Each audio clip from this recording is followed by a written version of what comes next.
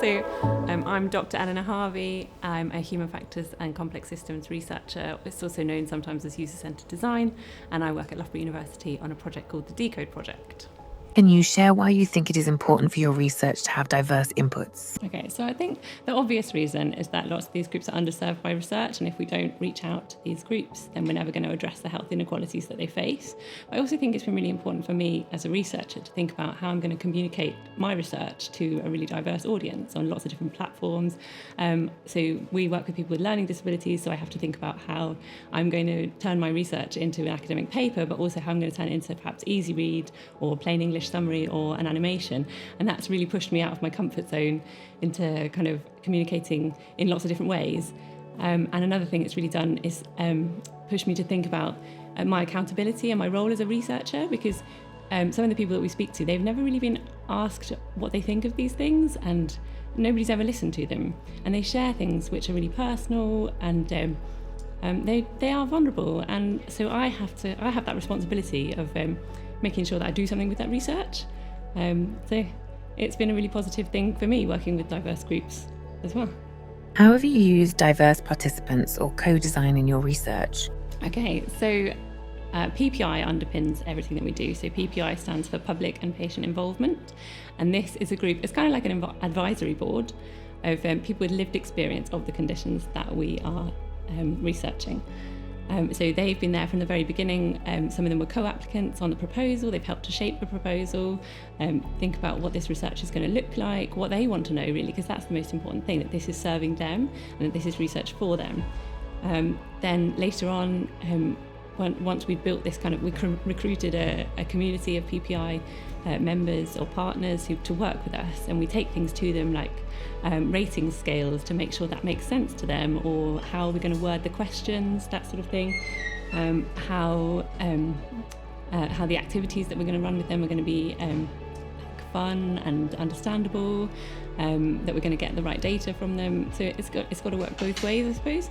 And what's feasible in the time frame. So all those sorts of things. Everything goes through PPI before we take it to our participants, and they help us to co-design the research. And another thing that they do is to work with us on the outputs, so how we're going to communicate the research. Can you share something you have learned in terms of best practice when working alongside a diverse range of contributors? So the best thing that I've learned is that you absolutely cannot underestimate the value of doing everything with PPI. So that's our volunteers with lived experience of the conditions that we're researching.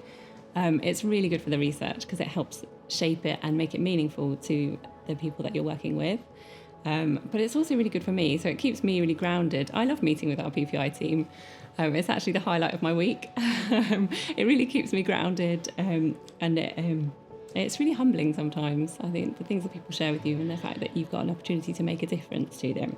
And it's also been really good for our PPI partners that we've been working with. So some of them have developed skills that meant they've gone on to get other positions like voluntary work or even paid employment.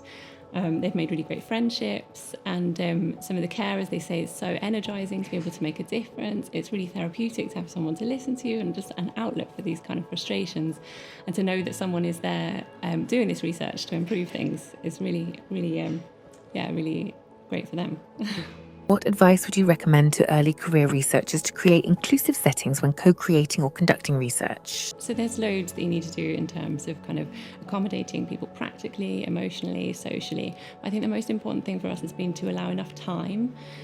We are always rushing, and I think when you have people there that have never been asked their opinion on things and nobody's ever listened to what they want to say, it doesn't matter if they go off on tangents and things. Just being there to listen to them and listen to what they have to say, it's more important than kind of staying on your protocol and okay, back to my script now, these are the questions that I want to find out about.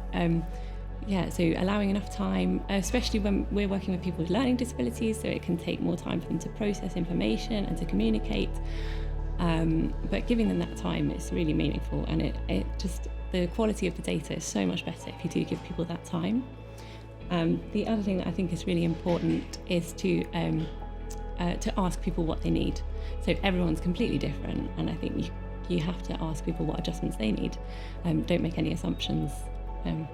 Can you share any common mistakes that researchers should avoid? I think it can be easy to underestimate the amount of time that doing inclusive research takes.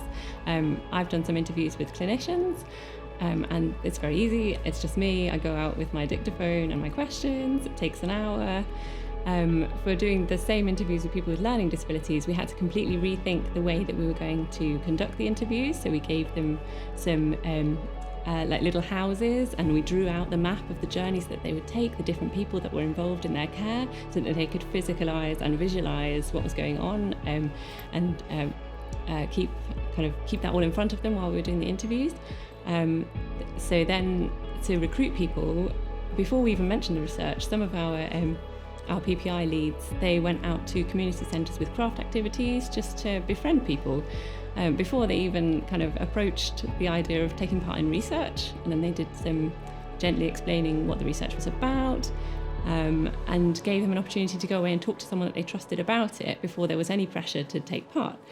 Then before they took part in a mental capacity assessment before they could consent, and then we had to book them taxis so they could come to, or do it in their homes, so that meant travelling for us, or we booked them a taxi so they could come over to us. And then the interview itself was much longer. So altogether, that's perhaps 4 or 5, even 6 times as much work. But it's essential because that's the data that we want. Is there anything else researchers should be mindful of when working with diverse audiences? I think you definitely need to be mindful of the language that you use. And I don't just mean in terms of being politically correct or that sort of thing. But I remember the first time I went to meet our PPI group and I said, "Hi, I'm Ellie, I'm one of the scientists." And there was this kind of intake of breath and they looked a little bit scared. And I think the word scientist was a really loaded, intimidating word. And one of them said, "Oh, you're going to be doing experiments on us." And that was the kind of connotation that word had. They associated it with that I was some kind of scary psychoanalyst. So I think the only way you can get over that is to work with the people that have lived experience of these conditions, so you understand your audience and how they're going to interpret these language. At the time, our speech and language therapist, Amy, she just said, "Oh, Ellie's one of the researchers," and then they all breathed a sigh of relief and everything was fine. So I think another thing to be mindful of is how attached people can become when they're taking part in research. We've been working with some of these participants for 2.5 years. Some of them have been back to take part in different studies for 5 or 6 times. They've made friends with the researchers, with the other participants. And now as the project's coming to an end, we need to really think about what's going to happen afterwards, because saying goodbye is going to be really emotional. It's been such an enjoyable, fulfilling experience for them. So we've put together an aftercare pack for them. It includes some details of other projects that they could get involved in. It includes how to write up their skills into a CV so they could go on to get other opportunities, and it includes who to speak to if they're feeling upset, because this is a really sad time. I'm going to miss them a lot.